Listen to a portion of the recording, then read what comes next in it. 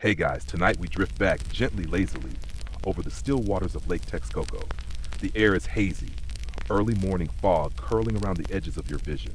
You're not in a boat yet, not quite.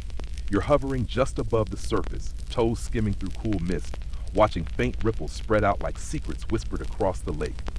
Ahead of you, the impossible floats, islands made of nothing but mud, reeds, and determination.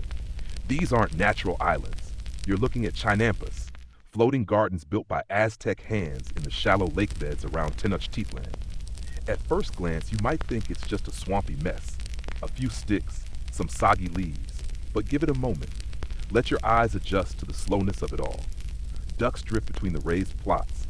A child balances barefoot on a muddy bank, reaching for a water lily. A gardener hums quietly to himself, pruning squash vines with a blade made of volcanic glass. And you're just in time to witness how these floating gardens fooled nature, and still do, even when most of the world has forgotten they ever existed. Now, a quick reality check.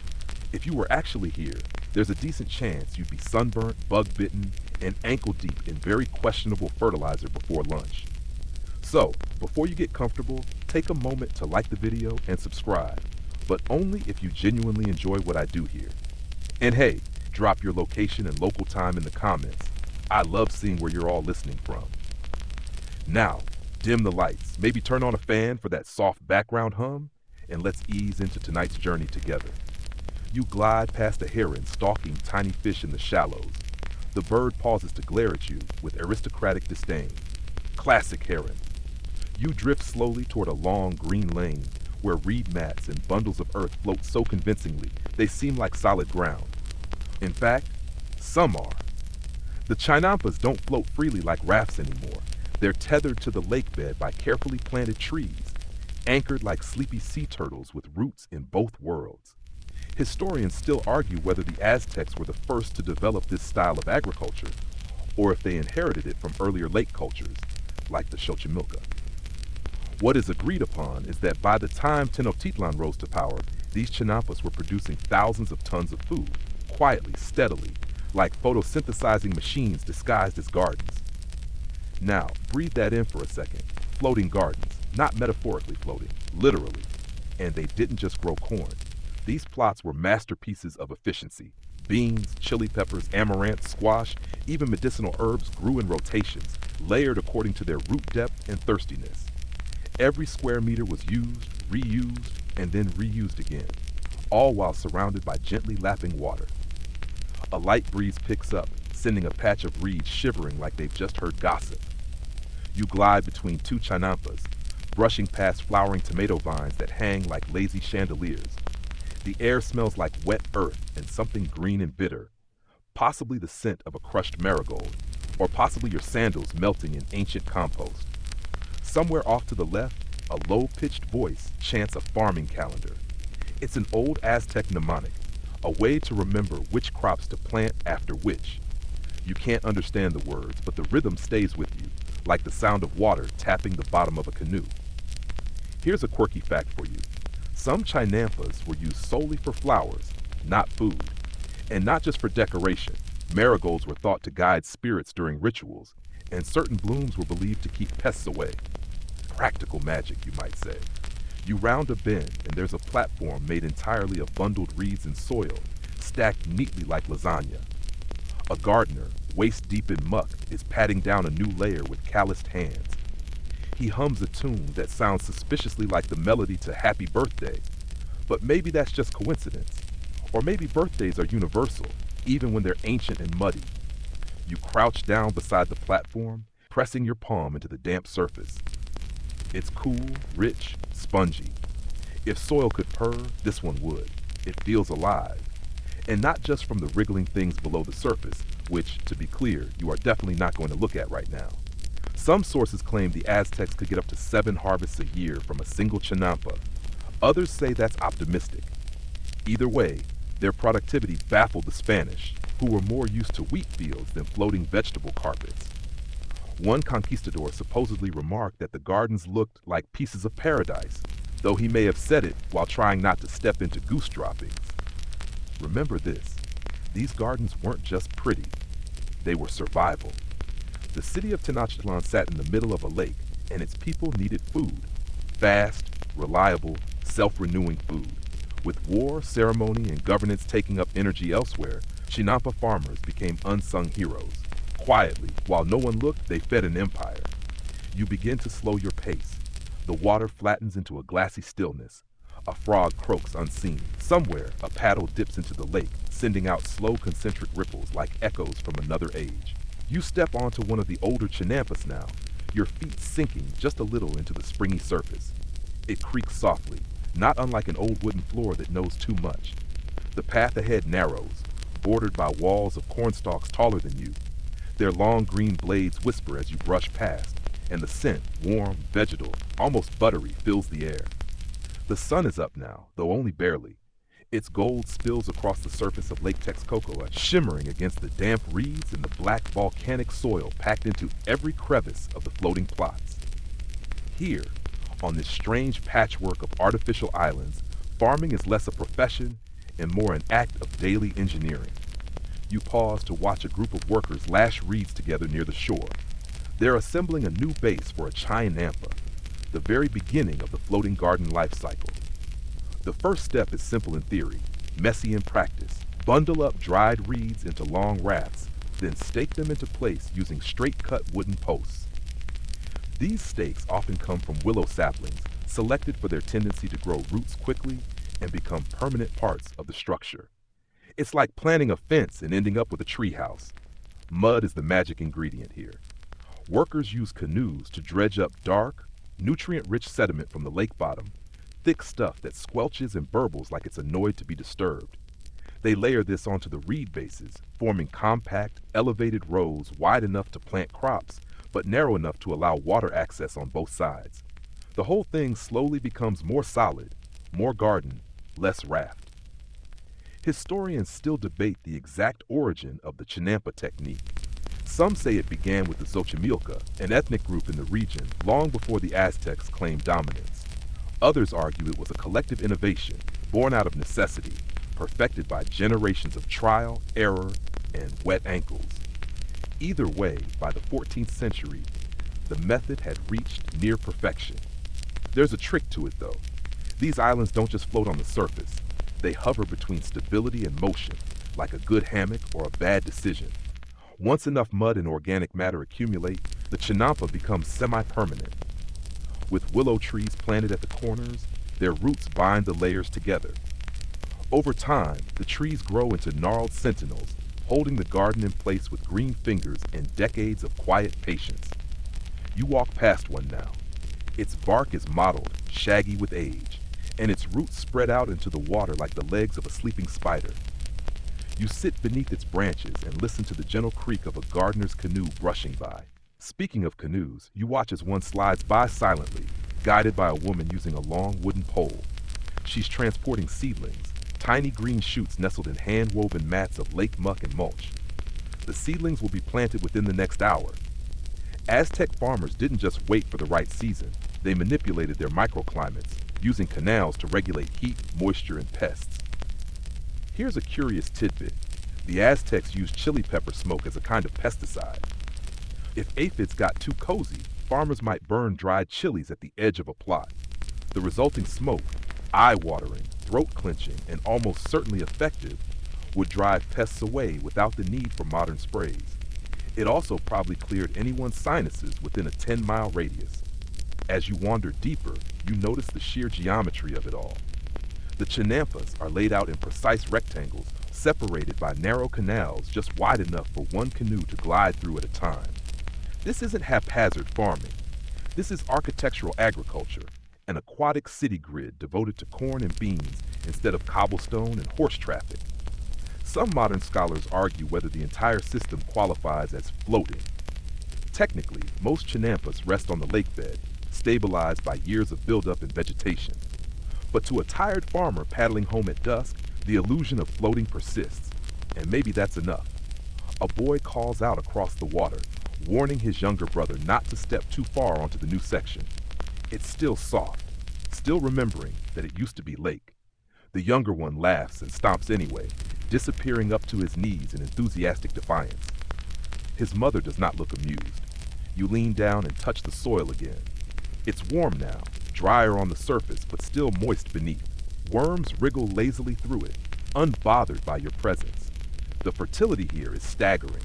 Some chinampas could yield up to 7 crops per year, not bad for something that started as a pile of lake goo. But this productivity wasn't just about food, it was about control. The Aztecs used chinampas to maintain dominance over subject peoples by taxing them in crops grown on these artificial islands. These weren't mere gardens, they were political instruments disguised as vegetables. A farmer nearby begins to whistle a slow tune. It floats across the canal like a feather, catching in the wind and vanishing. He's patting down a mound of compost near the edge, leftovers from kitchen scraps, dried reeds, and sometimes even human waste. Nothing was wasted in this system, though it did raise some sanitary eyebrows centuries later. You close your eyes and listen. Water laps gently at the edges of the chinampa. A dragonfly skims the surface. Somewhere far away, a conch horn signals the beginning of the workday for another section of fields. But here it's calm, steady, floating.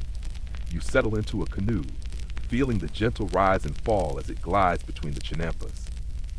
The paddler, an older man with a sun-crinkled smile, moves with practiced ease, barely disturbing the water's surface. His pole dips softly, and the boat responds like an extension of his own body, sliding silently through the narrow canals. You watch the vibrant green crops on either side blur slightly with motion. Corn stalks swaying, squash vines creeping, and flowers nodding their heads as if in greeting. The smell of wet earth, sweet maize, and something faintly smoky wraps around you like a cozy blanket. The man's voice is low, calm. "We rotate the crops," he says, pointing toward a patch where beans climb up the corn stalks, their tendrils twisting like old friends. Beans fix the nitrogen, corn uses it, and squash spreads wide, shading the soil. It's nature's way, but better. This ancient method beats many modern crop rotations. You imagine chemical fertilizers and heavy machinery, and somehow this simple, elegant cycle feels like a secret whispered across centuries. Historians still argue whether the Aztecs developed this polyculture independently or were inspired by earlier Mesoamerican farmers. But what's undeniable is their mastery at weaving crops together for maximum yield and soil health. The paddler gestures to a nearby chinampa where a flock of ducks waddles contentedly. These aren't just decorative. Ducks played an important role in pest control, munching down insects that might otherwise decimate the crops. A living, waddling pest management system. Quirky as it sounds, ducks were also an unofficial currency here. Some chinampa owners kept flocks not only for eggs, but to trade or gift during festivals. You can almost picture a boisterous marketplace where the best duck quacks meant better bartering power. The canoe rounds a corner, gliding past a cluster of floating nets. Fishermen harvest small fish, which then become both a snack and a natural fertilizer once processed. The ecosystem of chinampas is truly self-sustaining, a delicate balance between plant, animal, and human effort. You notice something unusual, a small bundle of herbs tied to a pole. The gardener explains they burn these fragrant plants to ward off pests and bad spirits, a mix of tradition and practical farming wisdom. Back on shore, the man plucks a fresh chili pepper and hands it to you. The taste is sharp, awakening your senses. "This keeps the insects away," he says, "and sometimes the neighbors." You laugh quietly, knowing that spicy food and spicy gossip have always walked hand in hand. As you drift back toward the main city, you feel the slow, steady pulse of this landscape, a rhythm set by human hands but deeply rooted in the cycles of nature. The gentle swaying of the canoe under you matches the rocking in your chest, the soothing sound of water moving past. And yes, you probably wouldn't survive a day in the mud, bugs, and heat. But here, in this moment, you're exactly where you need to be. You lean forward, reaching beneath the surface of the canal, and your fingers brush through soft, waterlogged roots. The willow trees planted strategically at the corners of chinampas aren't just scenery. They're the island's secret anchors. Their roots burrow deep into the lakebed mud, stitching together reed bundles and sediment like natural Velcro. The water around you is cool, clear in patches, but it hides small surprises.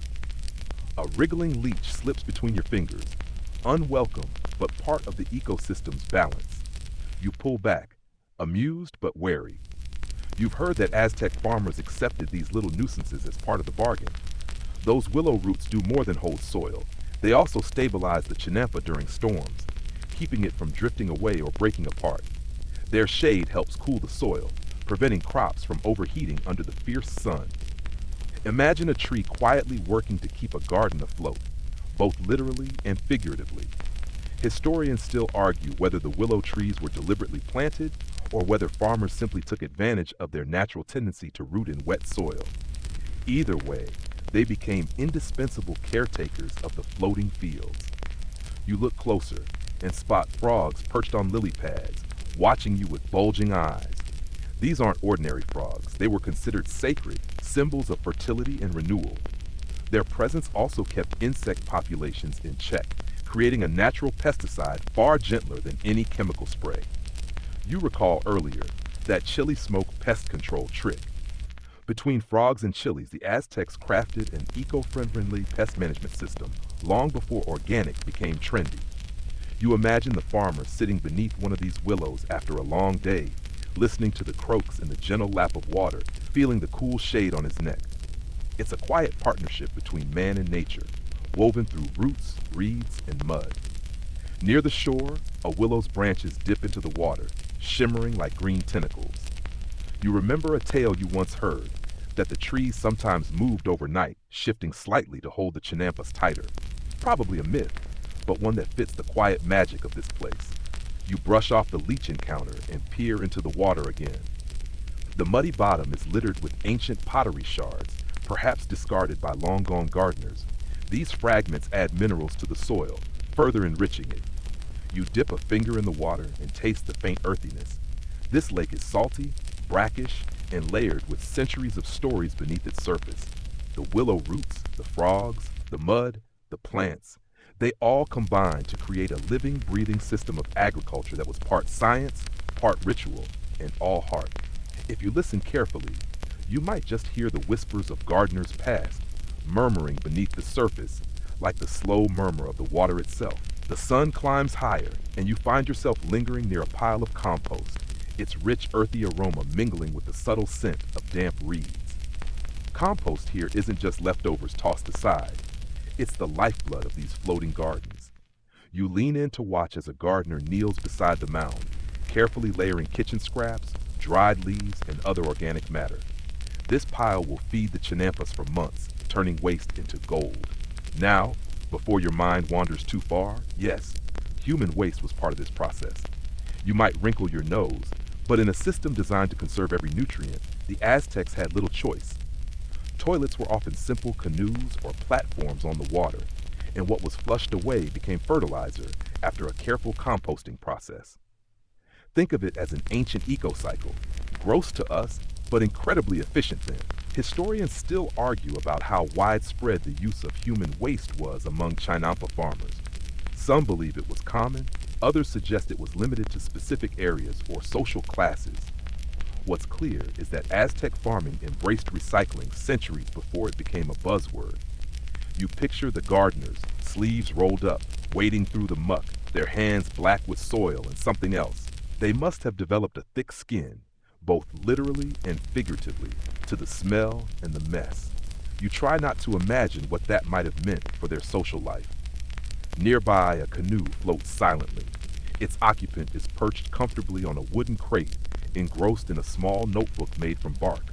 You wonder if this is the Aztec equivalent of a field journal, a place to note which plots got which compost or when the next planting cycle should begin.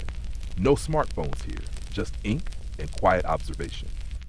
Speaking of observations, the Aztecs had an astonishing understanding of fertilizer composition. They knew which organic materials would enrich the soil best, how often to apply them, and even when to rest a chinampa to avoid exhaustion. It's a rhythm tuned to the land, not the clock. Compost piles sometimes included crushed shells and fish bones, adding calcium and phosphorus to the mix. This careful attention to soil chemistry is one reason chinampa stayed fertile even under constant cultivation. You can almost hear the gardeners joking among themselves about the secret ingredient. Maybe it was just friendly teasing, or maybe they truly believed a little bit of everything was the key to success. Later, you overhear a whispered rumor that some chinampa farmers carried out ritual cleansings of their compost piles. Part superstition, part hygiene. A small fire here, a blessing there. Fertility, after all, wasn't just about science, it was about respect and balance.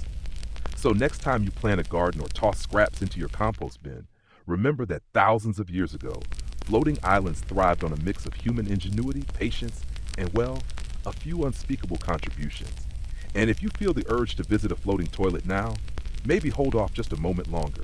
Night falls softly over the Chinampas, the world quieting, except for the gentle lapping of water against muddy banks. But even as most of the city sleeps, a different kind of activity begins, the midnight planting.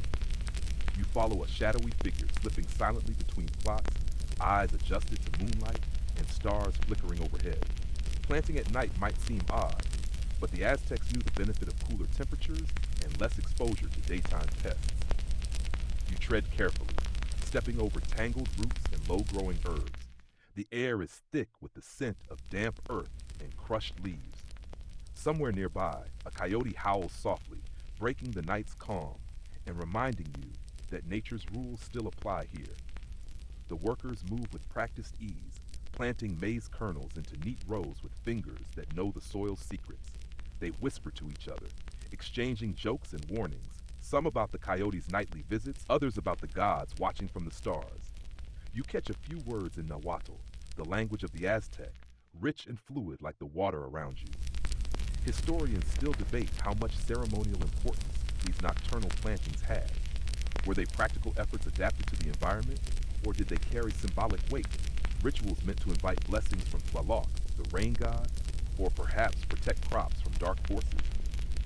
You feel a shiver, not from cold, but from the odd blend of ancient superstition and hard farming wisdom. The Aztecs weren't just growing food, they were nurturing a relationship with their environment, negotiating with forces seen and unseen. A flicker of flame catches your eye. One of the gardeners lights a small torch to see better, the orange glow dancing across leaves and water.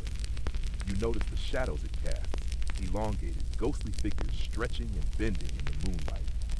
Planting at night isn't just practical, it's a dance between light and dark, order and chaos. Each seed pressed into the mud holds a promise, a pact between human and earth. You imagine the risk, snakes hidden beneath reeds, mosquitoes swarming, and that occasional coyote wondering what these strange humans are up to. You also imagine the reward, crops thriving under the protection of the night, blessed by silent rituals and careful hands. A gardener pauses beside you, his face illuminated by torchlight. He smiles, offering you a freshly picked squash blossom. For good growth, he says softly. You accept, feeling the delicate petals cool and fragrant in your palm. It's a small gift from the floating islands, a whisper of life thriving against odds. The night deepens, and as you continue to watch, you realize this slow, steady rhythm of planting, waiting, tending is what kept the Aztec Empire fed and flourishing. And maybe, just maybe, it's also what helps you drift closer to sleep. You wander now through the lush labyrinth of Chinampas, where the produce is as vibrant as the stories whispered between the reeds. Bright red tomatoes hang heavy on their vines, glistening with dew. Nearby, thick squash blossoms open like golden cups, each petal delicate enough to curl away at the slightest touch. Aztec gardens were alive in more ways than one. Frogs hop from leaf to leaf, their smooth skin glistening under the soft sun, and you remember these weren't just garden visitors, they were sacred creatures. Aztec gardeners believed these amphibians brought fertility to the land, linking water, earth, and life in one seamless cycle. Squash, tomatoes, beans, these staples formed the foundation of Aztec cuisine, but the gardens also grew crops with spiritual significance. Marigolds, for example, weren't just pretty flowers, they guided spirits during ceremonies and protected the gardens from pests. You might call it an ancient version of natural pest control, but with a poetic twist. Historians still debate whether the sacred status of some animals and plants influenced agricultural choices, or if these beliefs developed after the fact to explain the garden's success.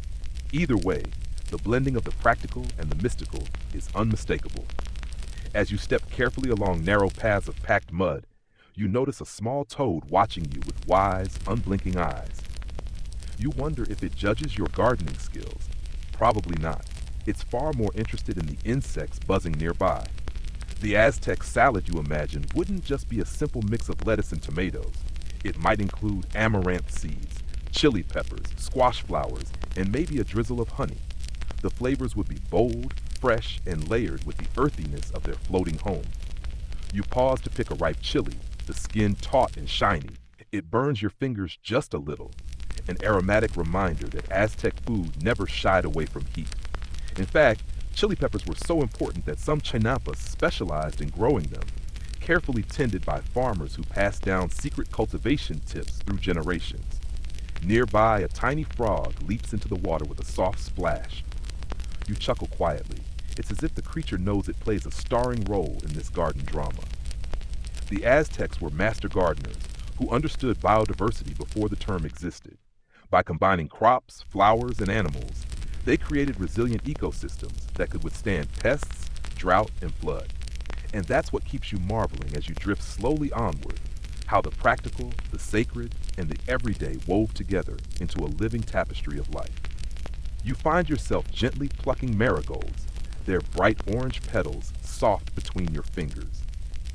These aren't just any flowers, they're cempasúchil, the Aztec flower of the dead, believed to guide souls during festivals and protect crops from mischievous spirits. Their fragrance lingers in the air, a subtle mix of citrus and earth, comforting yet mysterious.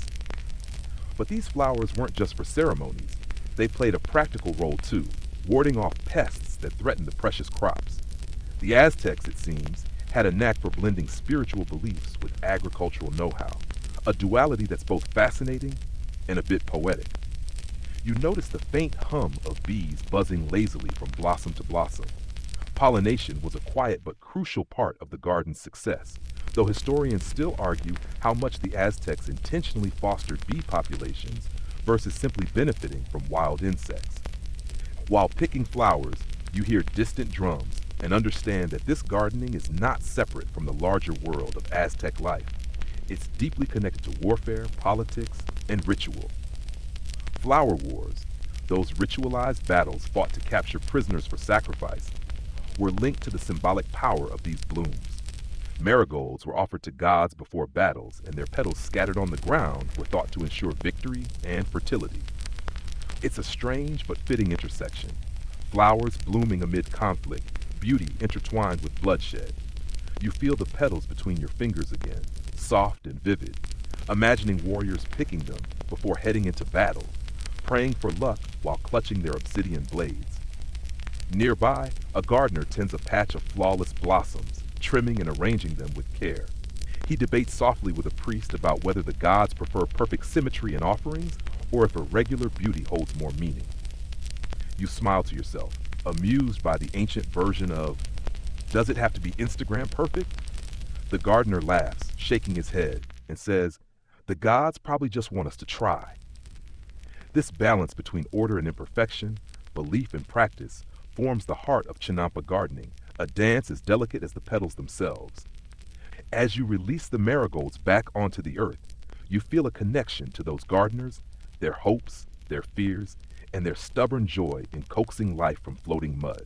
You follow a narrow canal to a modest temple garden where a priest stands with dirt-stained hands and a face softened by years of devotion.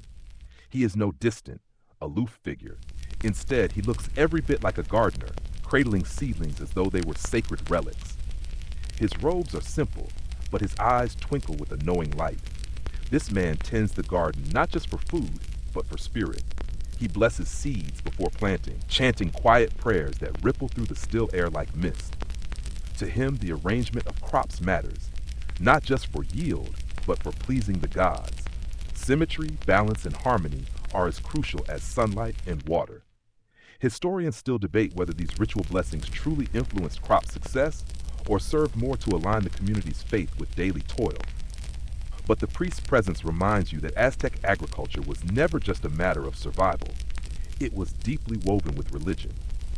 He explains softly that some seeds must be planted during specific lunar phases, while others thrive best when sown at dawn or dusk. These timings aren't arbitrary, but rooted in generations of observation and celestial guidance.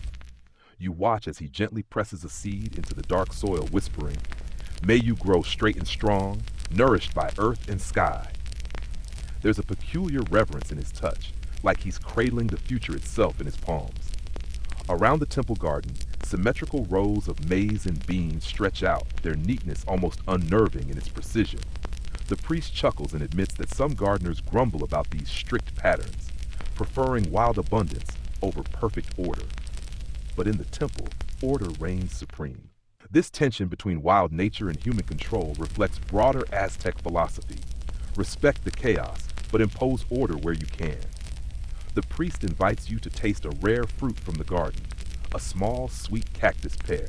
Its taste is delicate, a hint of desert sun and patience. As you savor it, you think about the dirt under his nails, the songs he sings to seeds, and the mysterious mix of faith and farming that keeps these gardens thriving. Whether the gods care about symmetry or not, it's clear that the ritual is as nourishing as the soil itself. You slip quietly into the bustling marketplace, where the scent of fresh maize and chili peppers mingles with the earthy aroma of mud-stained feet. This is no ordinary market. It's the vibrant heart of Aztec trade, and Chinampa Produce rules the day. Vendors shout softly over the hum of bargaining, their voices weaving a tapestry of commerce and gossip. You eavesdrop as a merchant extols the virtues of freshly harvested squash blossoms, praising their tenderness and flavor. Nearby, a woman argues the price of tomatoes, her hands animated as she gestures toward a pile glistening in the sun. The produce isn't just food, it's currency, status, and story, all at once. Historians still debate how much Chinampa goods dominated the city markets compared to imported foods, but there's no question their freshness and abundance made them favorites. Your eyes catch a pair of children darting between stalls, mud-caked feet slipping over wooden planks. Their laughter mingles with the soft thump of baskets being packed and unpacked. The market isn't just for adults, it's a living, breathing community where stories, recipes, and gossip flow as freely as water in the canals. You overhear whispers of a recent festival, a hot tamale contest, and even a rumor that a rival market is opening on the far side of the lake. It seems, even in ancient times, competition and gossip were universal constants. The ground beneath your feet is sticky with spilled maize dough, and you smile at the messiness of it all. This is life, rich, chaotic, and wonderfully imperfect. A vendor offers you a taste of freshly made tamales wrapped in corn husks. The warmth seeps into your fingers, and the flavor, sweet, smoky, and just a touch spicy, lingers long after the bite. As you step back toward the water, you notice how the market's rhythm mirrors the Chinampas themselves. A blend of hard work, cooperation, and community spirit. And while the gardeners toil in muddy silence, it's this lively marketplace that turns their labor into culture.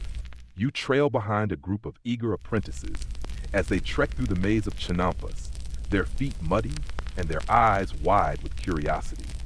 These young gardeners are learning the craft passed down through generations, their hands already familiar with the feel of wet earth and tender seedlings. Lessons here aren't just about planting rows, they're about understanding a living system.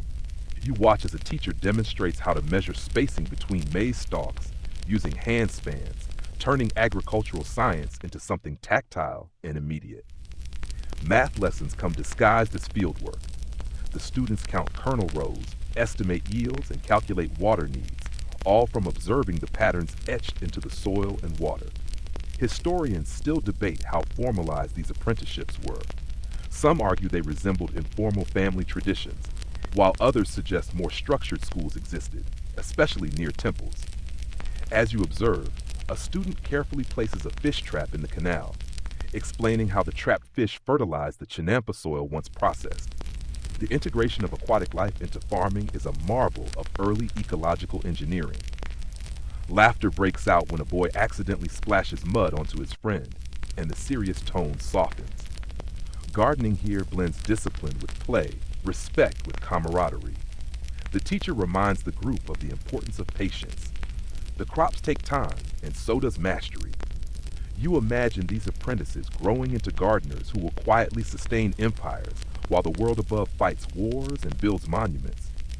By the end of the day, the young gardeners carry their baskets full of herbs and greens, proud of their work. Their feet squelch in the mud, but their smiles are bright. You realize that these floating classrooms were as much about teaching resilience and connection as about farming itself. And as you watch them paddle back home, you feel a gentle tug of hope for what comes next. Morning mist rises off the canals, and you find yourself watching a quiet debate between two older gardeners perched on the edge of a chinampa. They're discussing which corn varieties produce the best kernels for tamales, white, yellow, or the elusive blue corn that's as much a symbol as a staple. One argues that blue corn has the deepest flavor and greatest spiritual power, while the other insists yellow corn yields better and grows faster. Their voices are low, filled with the easy respect of lifelong friends who disagree but value each other's opinions. This kind of agricultural debate wasn't just about taste, it touched on identity, ritual, and tradition. Some varieties were reserved for special ceremonies, others for everyday meals. The choice of seed was a statement of culture and belief. Historians still argue how much of the Aztec diet was influenced by such preferences, and whether blue corn was truly more significant or simply a romanticized notion. As the debate winds down, the gardeners pull out a small piece of obsidian and begin scraping kernels from a cob, inspecting them carefully for pests or disease. This simple quality control method kept the crops healthy year after year. Nearby, a young woman tends to a patch of amaranth, another ancient grain that, while less famous than maize, was vital for nutrition and ceremonies alike. Its tiny seeds shimmer like gold in the sun, and its leaves are packed with vitamins. Amaranth was also considered sacred, sometimes used as a dough for ritual cakes. You think about how this grain, once central to Aztec life, nearly vanished after conquest, only to return slowly in modern diets. The gardeners laugh softly, sharing stories about which varieties their families have grown for generations. Each seed carries a history, a lineage, entwined with pride and survival. As you watch them work, you realize these debates and traditions are more than agriculture. They are threads in the fabric of a civilization. And it's these threads that keep the chinampas alive, floating through time like islands of memory. The afternoon sun warms your shoulders as you follow the steady rhythm of a chinampa harvester's work. She kneels beside a lush patch of beans, her hands swift and sure, gathering plump pods with care. Her fingers move with the precision of a seasoned craftswoman, knowing exactly which pods are ready and which need a few more days. Harvesting here is a careful dance, balancing speed with delicacy to avoid damaging tender vines and young shoots. The Aztecs believed that rushing this process could anger the gods or cause future crops to fail, a superstition that probably helped enforce patience. Nearby, the harvester hums a soft tune, the melody weaving through the still air like a gentle lullaby. Songs and chants were as much part of agricultural labor as the tools themselves, creating a rhythm that synchronized workers and soil. Historians still debate whether these songs held actual power or were simply a way to ease the hard work and pass down knowledge through oral tradition. You watch as she places the beans into woven baskets lined with corn husks to protect them during transport. These baskets will soon be taken to market, traded for essentials, or stored for winter months. The harvester pauses to pick a few leaves from a nearby herb, crushing them between her fingers. The scent is sharp and refreshing, perhaps mint or epazote, used both for cooking and medicinal purposes. You realize the interconnectedness of it all. Food, medicine, tradition, and spirituality wrapped tightly in each action. The woman smiles as she catches your gaze, wiping sweat from her brow. She tells you about the coming festival where the harvest will be celebrated, food shared, and thanks given to the earth. In this moment, the chinampa feels less like a farm and more like a living heart, pulsing with life, story, and gratitude. And as you sit quietly beside her, you feel the calm settle over you, the kind of calm that gently nudges sleep closer. Evening paints the sky with soft pinks and purples as you wander past the edge of the chinampas. The water reflects the colors, shimmering like 1,000 tiny flames. It's a quiet time when the day's bustle fades and nature's softer sounds emerge. You pause to watch a pair of fishermen casting nets from their canoes, pulling in small fish that will soon become fertilizer or food. The nets glisten wetly as they move, a delicate dance of patience and skill. Fish were an essential part of the chinampa ecosystem, providing protein for families and nutrients for the soil. This aquatic connection made the floating gardens unique, part land, part water, a perfect blend of resources. Historians still debate the exact species of fish most commonly used, but it's clear that fish farming and Chinampa agriculture were closely linked. Nearby, a heron stalks the water's edge, its long legs carefully treading the mud as it hunts. You admire the bird's patience, a living symbol of the balance the Aztecs maintained between human activity and the natural world. You remember the willow trees, their roots entwined with the mud, and the frogs and ducks that keep pests at bay. Everything here works together, a quiet symphony of life and labor. As the sun dips below the horizon, lanterns flicker to life on nearby homes. The soft glow reflects off the water, inviting you into the peaceful night. You settle beneath a willow's branches, the cool shade soothing your skin. The sounds of water, rustling leaves, and distant laughter blend into a lullaby. In this moment, the Chinampas are more than gardens. They're havens of calm, floating islands of rest in a busy world. And as you close your eyes, the gentle rocking of the water rocks you closer to sleep. The night deepens, and you feel the soft embrace of darkness wrapping around the Chinampas like a protective blanket. The stars above twinkle faintly, their light reflected in the calm waters below. A cool breeze stirs the leaves, carrying with it the mingled scents of damp earth and blooming flowers. You watch as a lone fisherman drifts silently in his canoe, the gentle splash of his paddle the only sound in the stillness. This peaceful scene feels timeless, as if the floating gardens have existed forever in this quiet harmony between land, water, and sky. The Aztecs believed that the gardens were sacred gifts from the gods, and tending them was both a practical and spiritual duty. This reverence imbues every leaf, every root, with meaning beyond mere survival. Historians still debate the full extent of ritual in daily Chinampa life, but it's clear that these gardens were more than food producers. They were places where people connected with their world, their community, and their beliefs. As you lie back beneath the willow's branches, the gentle creak of roots and the soft lapping of water lull you further into calm. You imagine the gardeners who lived and worked here, their hands in the soil, their hearts in the land. The floating islands carry their stories forward, silent and steady. And now, as your breathing slows and your eyelids grow heavy, you drift alongside them, cradled by the quiet, rocking world of the Chinampas.